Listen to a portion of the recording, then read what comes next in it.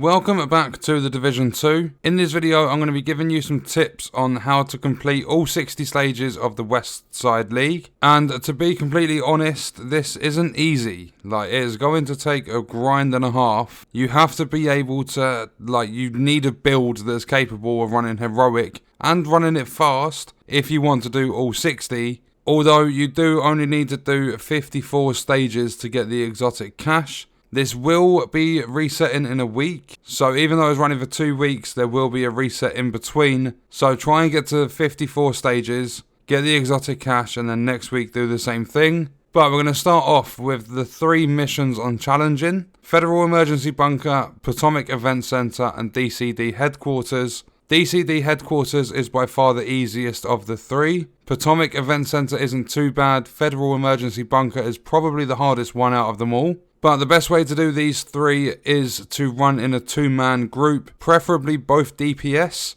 Although I have managed all 3 of them running DPS myself, and I run them with Pete. Pete was using a skill build. I ended up going back through them with Con, and we did it a little bit faster. We were both running DPS. So if you can get DPS, it's the most viable build type in the game at the moment. Try running those missions. Just make sure you've got it on challenging for the timer to actually work, because that is the set difficulty. It's going to be tough. You're essentially speedrunning these missions, so you've got to try and do them as fast as possible. You need to be aggressive, but at the same time, obviously we're being hit like trucks at the moment, so you need to play careful at the same time. But just literally how we did it was ignored every single piece of loot. If there was a computer you needed to interact with and then open a door, we would have one player go to the computer, one player wait at the door. You need to work as a team, but it's best to do it in groups of 2. Then with Roosevelt Island, it's on heroic difficulty and 25 minutes is your time. It's incredibly tough. Me and Pete must have run the mission about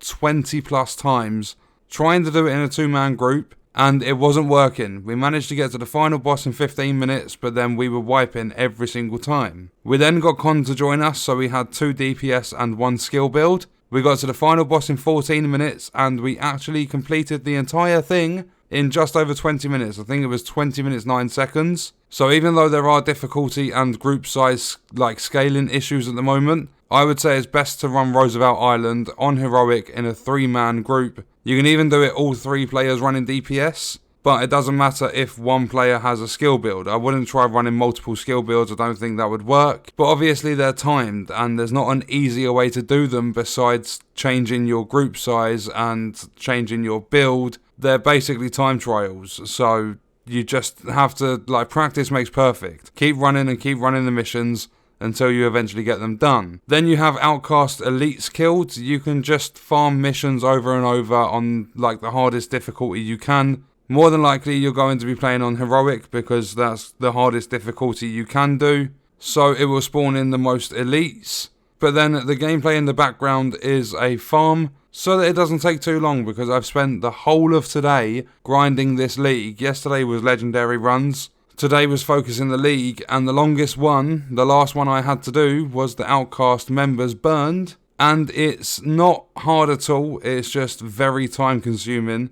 It's tedious, it gets boring. You can obviously do it whilst you're running through missions. You don't have to do it this way, but the easiest way to do it is exactly what you can see in the gameplay in the background. If you just get past you get the first area of the Federal Emergency Bunker mission with all the cubes that light up when you touch them, or they turn red when you touch them, but that first group of enemies that have throwing knives and stuff, they're not actually outcasts. So you make it past that bit, you go down to the part with the fan, you get past that fan, you jump into the elevator. Once you're out of the elevator, you'll see the bunker entrance, and all you want to do is use your incinerator turret if you have a skill build, or just any random pieces to get yourself up to skill tier 6. I was running it on story difficulty because the enemies melt a lot faster, and you don't need to worry about difficulty with that because you're just trying to burn outcast enemies. So just whack it onto story, run down through to that bit, chuck your incinerator turret onto the ledge where I was.